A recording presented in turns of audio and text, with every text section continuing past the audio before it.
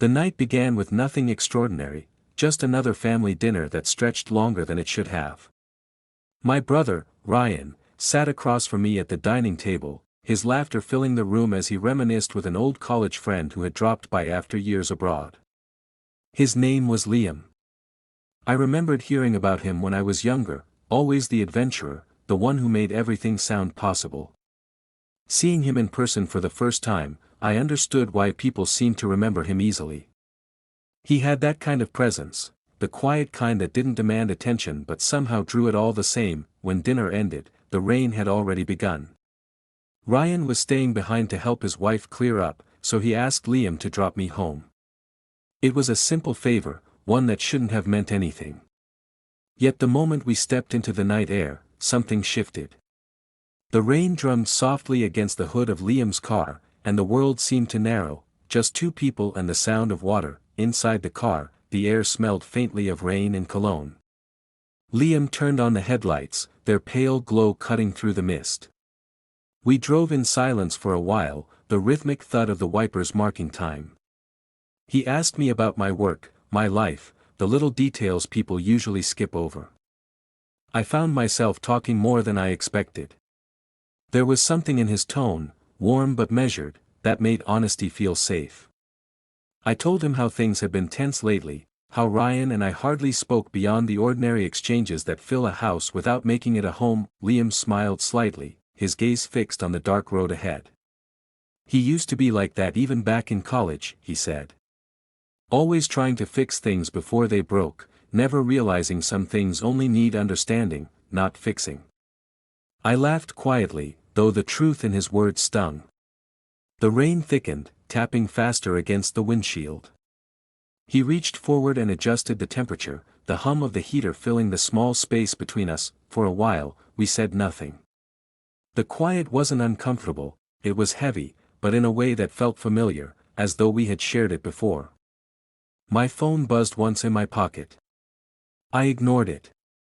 The world outside blurred into gray and green, the trees bowing under the weight of the rain. Then, without warning, the car jolted. Liam cursed softly, easing it to the side of the road as the engine sputtered and died that we were stranded somewhere between the town and the open countryside. The road stretched empty in both directions, no lights except our own. Liam tried the ignition twice, but it refused to turn over. He leaned back with a sigh, running a hand through his damp hair.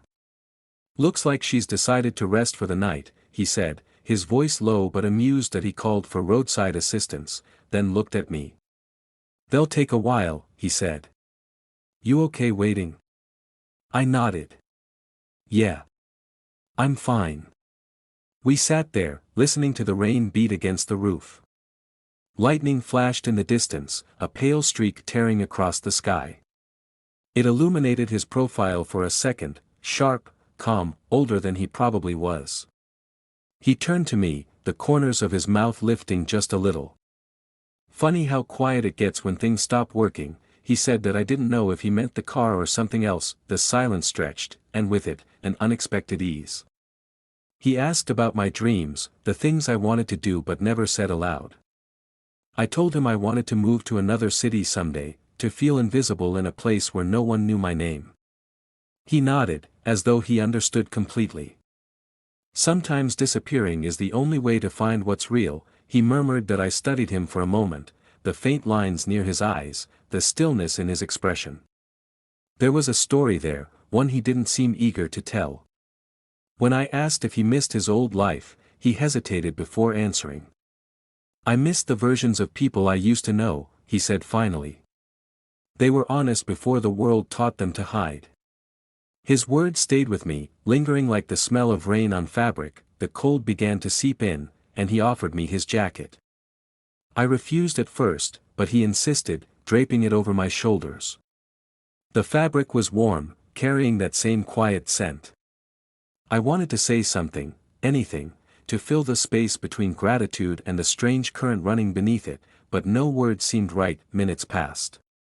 The rain softened into a mist, and the world outside turned silver under the headlights. We spoke about nothing and everything, the books he used to read, the songs I liked, the way time seemed to move differently when you stopped watching it. His voice had a rhythm, slow and deliberate, each word weighted with something unspoken. At one point, he looked at me directly. "You remind me of who I used to be," he said softly.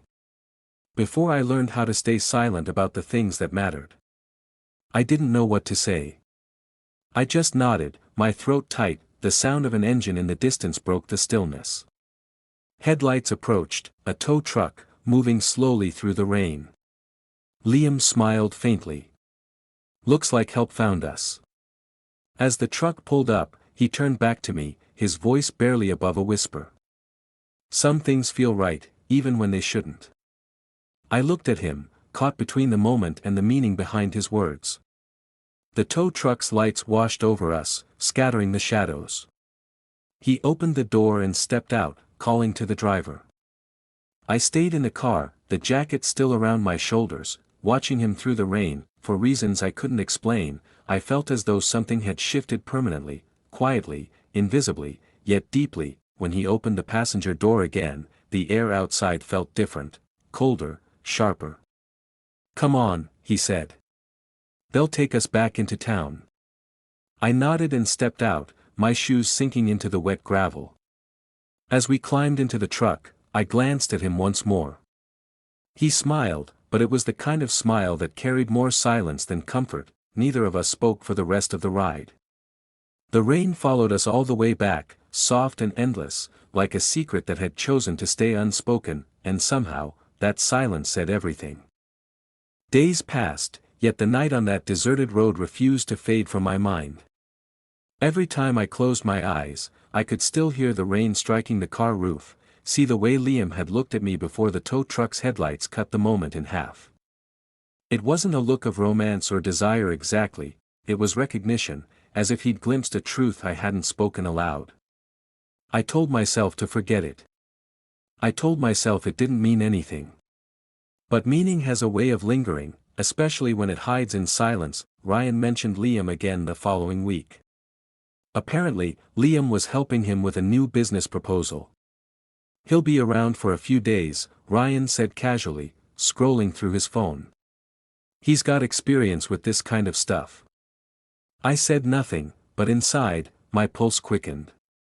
The idea of seeing Liam again made me both uneasy and curious. That evening, when I came home from work, I found the two of them sitting in the living room surrounded by papers and coffee cups. Liam looked up first. His smile was polite, ordinary. But in that fleeting moment, something in his eyes, something almost imperceptible, acknowledged the memory we shared. "Hey, Ethan," he said, his tone smooth and steady. "Still surviving the rain these days?" I smiled faintly, pretending not to notice the undercurrent in his words. "Trying my best." Ryan barely glanced up. "You two had quite the adventure that night," he said. "Glad he got you home in one piece." "Yeah," Liam murmured. "We made it through." The conversation drifted to work again, but I couldn't concentrate. Every word felt weighted, every silence between us threaded with something we weren't supposed to name. I left early, claiming I needed rest. But as I closed my bedroom door, I realized I could still hear Liam's low voice through the walls, steady, confident, and too familiar. The following afternoon, I came home earlier than usual. The house was quiet except for faint music playing in the kitchen. Liam was there alone, leaning against the counter, reading a file. He looked up as I entered. "Ryan had to step out," he said. "Told me to make myself at home." He closed the file, his gaze softening. "You've been avoiding me," he added after a pause that I hesitated. "I've just been busy." "Busy pretending nothing happened?" His tone wasn't accusing, just honest. That I met his eyes, unsure what to say. The air between us felt charged again, like it had that night, still, heavy, but not dangerous. Just full of things that couldn't be spoken. He set the file down and folded his arms. "Ethan, do you ever feel like you spend half your life holding your breath? Afraid that if you let it out, someone might finally see who you really are?" The question struck deeper than I expected. "All the time," I said quietly. He nodded, a small, knowing smile forming on his lips. That's why I remembered you. That night, he stopped himself, choosing his words carefully. You listened like you'd been waiting to hear the same things I'd been trying not to say. The silence that followed wasn't empty. It was full of everything we were admitting without words. I wanted to step back, to end it before it turned into something we couldn't undo, but I didn't. Instead, I asked, what about you? Are you happy with your life? Liam looked down, his jaw tightening slightly. Happiness, he said, isn't something you feel all the time. Sometimes it's something you pretend well enough that people stop asking questions. The honesty in his voice left me unsettled. He wasn't talking about success or love or even regret, he was talking about loneliness, the kind that seeps in quietly and takes root. I knew that kind of loneliness. That he looked back up at me, his expression softened now. I think you understand, he said, and I did. Too well. That we talked for over an hour, not about the past or that night, but about everything else, our families, our fears, the way we both sometimes felt like spectators in our own lives. It wasn't romantic, but it was intimate in a way that scared me. When Ryan finally returned, I felt a rush of guilt, though nothing had happened. Still, I caught the faint flicker of suspicion in my brother's eyes when he saw us standing close by the counter, the conversation dying the moment he entered. That night, I couldn't sleep. The image of Liam lingered, his quiet voice, his careful restraint, the sadness behind his calm. I tried to tell myself I was overthinking it. Yet, deep down, I knew something was forming between us, something fragile and forbidden. The next day, Liam stopped by again while Ryan was out. He said he'd left his folder behind, but when I handed it to him, he didn't leave. Instead, he leaned against the doorway, his expression thoughtful. You don't trust yourself around me, do you? He asked. That I froze, caught off guard by the directness of it. That's not it, I said. I just don't want things to get complicated. They already are, he replied softly. Complicated doesn't always mean wrong. Sometimes it just means real. His words hit harder than I expected. I turned away, pretending to adjust something on the shelf. You should go, I said, though part of me didn't mean it. He stayed quiet for a moment, then said, You're a good person, Ethan. Don't let guilt make you forget that. When the door closed behind him, the house felt too large, too silent. I stood there, my heart pounding, torn between reason and the pull of something I didn't want to name. That evening, Ryan came home later than usual. He seemed distracted, his tone sharper than normal. Liam said he might stop by tomorrow, he mentioned absently. You don't mind, do you? I forced a casual shrug. Of course not. But that night, as the rain returned, I realized how fragile my balance had become.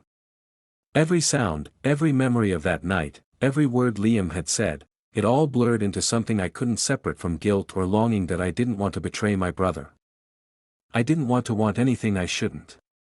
But emotional lines, once blurred, are nearly impossible to redraw. That a few days later, the inevitable happened.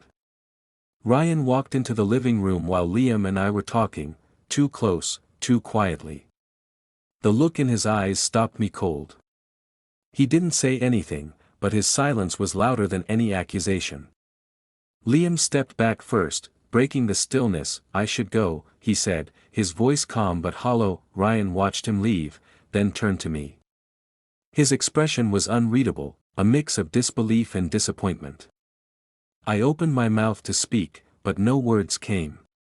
He didn't wait for an explanation, he just walked away, the echo of his footsteps heavier than any argument. When the door shut behind him, I stood alone in the empty room, the weight of everything unsaid pressing down. Outside, thunder rumbled again, soft and distant, as if the sky itself was remembering that night we never should have shared, and in that sound, I understood, something had changed that could never return to how it was. The days that followed settled into a strange rhythm. I would see Daniel outside most evenings, sitting on the porch with a quiet patience, as if waiting for something that no longer existed. I began to find excuses to walk past his house, to check the mail, to water a plant I barely cared for, to pretend I had a reason to be near him. Each time, he looked a little different, sometimes shaven and calm, sometimes lost in thought, and sometimes holding that same half-empty beer bottle, like a habit he couldn't break. One Thursday evening, he called out to me. "Ethan," he said, leaning over the fence, "you're always out here alone. You ever eat dinner with someone, or is solitude your thing too?" I smiled, caught off guard by the sudden familiarity. "Depends who's asking. Someone who's tired of takeout and silence." That was how it began, dinners that felt harmless, ordinary. The first night, we ordered Chinese food and sat in his living room, the air filled with the faint scent of soy and ginger. The space felt strangely hollow, like a house rearranging itself after being emptied. I noticed that the walls were bare where picture frames had once hung. There was a faint tan line where Clara's photos used to be. He caught me looking.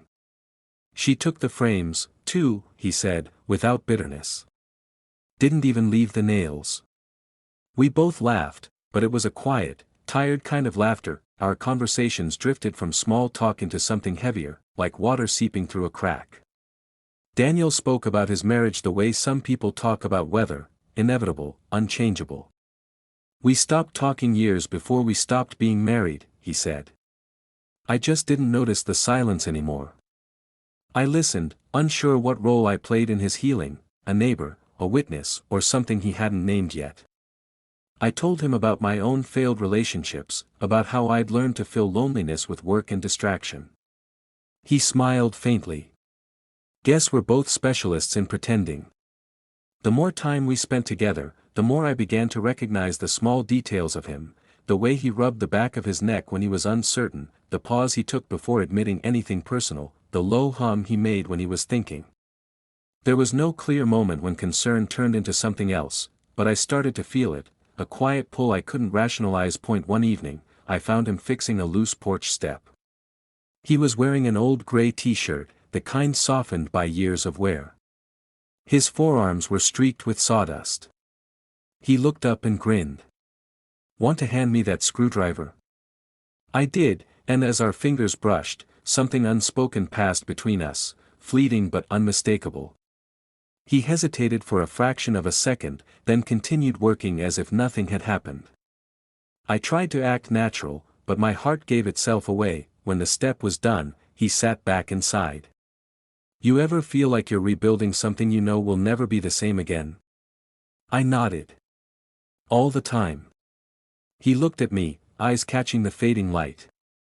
"That's what this house feels like. Every nail I drive in just reminds me of what's missing." That night, the air turned colder. A thin drizzle began, and the smell of wet soil filled the neighborhood. I helped him carry the tools inside.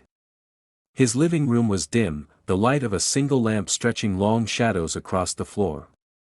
Music played softly from a speaker, something slow and instrumental. "Stay for a bit," he said. "It's miserable out there." We sat on opposite ends of the couch, our conversation wandering.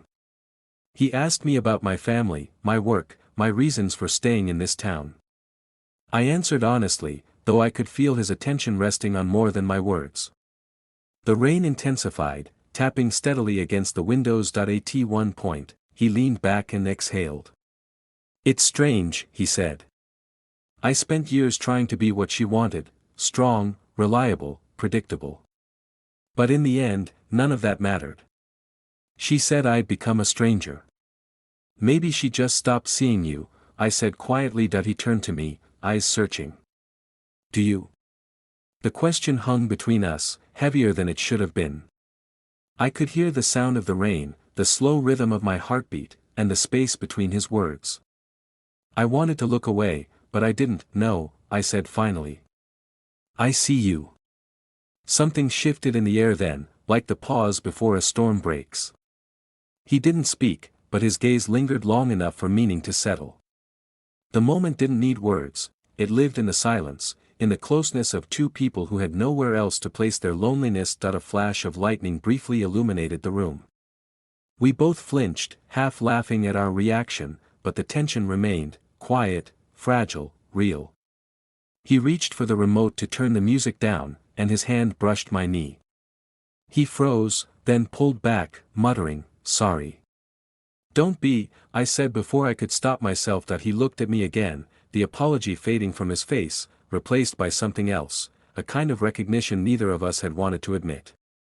The rain outside softened, turning into a steady whisper that we sat there in silence, the distance between us shrinking until it wasn't just physical anymore. I could feel the weight of what wasn't being said pressing into the air around us. I thought about how dangerous it was, not in the obvious sense, but in the quiet, emotional way that leaves marks you can't explain. That he was the first to move. Slowly, he stood, walked to the window, and stared out at the dark street. "I don't know what I'm doing anymore," he said. "Every time I start to feel alive again, it feels like betrayal." "Maybe it's just healing," I said. "They look the same sometimes." He didn't answer, just nodded faintly, his reflection a shadow against the glass. Then he turned back to me. "You should probably head home. It's late." The dismissal was gentle, not cold. I stood, unsure of what to say, feeling the moment slip between us like smoke. As I reached the door, he spoke again, softly, almost as if to himself, "Thank you for staying." I hesitated. "You don't have to thank me." He smiled, small, tired, and real. "I think I do." Outside, the rain had stopped, but the world still smelled of it, damp earth, clean air, a kind of freshness that felt undeserved. I walked the short distance to my house, feeling both lighter and heavier at once. Later that night, lying in bed, I replayed the evening in my mind, every glance, every silence, every word left hanging.